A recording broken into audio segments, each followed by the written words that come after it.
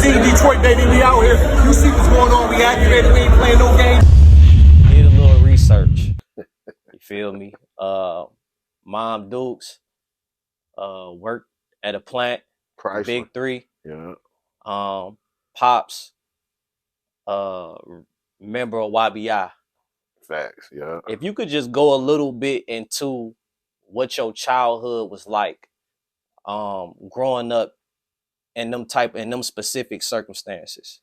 Man, my childhood was great. That's why I always be like, in them songs, I never be like, I was a nigga who got it out the mud and all that shit. Cause I ain't come up poor at all. Like, I'm blessed, knock on wood. I grew up, I had everything I could possibly want.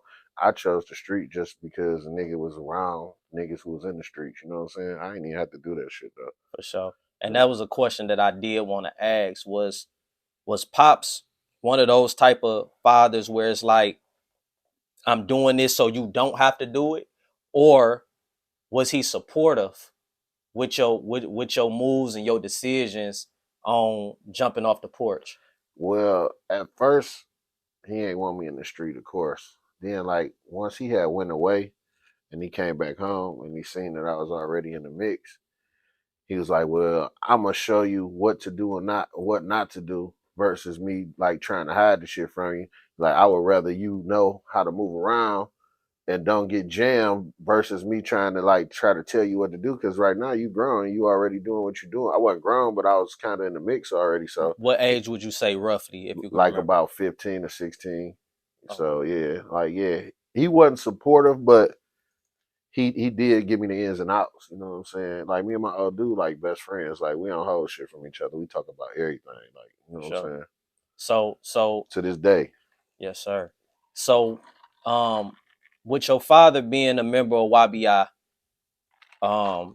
though you had a great childhood, in terms of him providing, making sure you had everything that you needed, what was some of the trials maybe that you experienced on some street shit that you witnessed him go through? Shit, a lot of times, like, being that he was in the street, he wasn't there all the time. But, like, when I get with him, I'll be there with him for a week or two. Like, we spend time.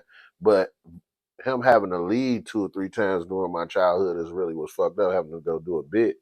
So I ain't have I always had a old dude. We talked on the phone while he was locked up and shit, but, like, being there, he wasn't visibly there because he had to do some time. But my mans and them, they old dude was supportive too. My boy and them seeing them, he was like my old man too. So For sure. yeah, you know what I'm saying. I had uncles and shit, but yeah, the fucked up shit is him having to go to prison. Most definitely. Yeah. What was the struggle with Mom Duke's experiencing that? Was they together or was they Now they actually was like apart, but they was real tight. So, but really, like, honestly, my mom, she was always a hustling motherfucker. So she had another nigga who was like down there, like my old man. Like, I call him like my stepdad. He was balling too. He's still out here in the mix. Brady. Shout out to Brady. You bought me a lot of shit. You showed me a lot of love. That's real. That's real. So that's crazy, because regardless to if Pops, it's like damn near you was destined. Hell yeah. To, like, you feel like me? that nigga felt the void. Like, my old dude was gone. That nigga stepped right in and showed hella love. Like, real shit. Then my uncle Chris was balling. So I was never like missing out on anything.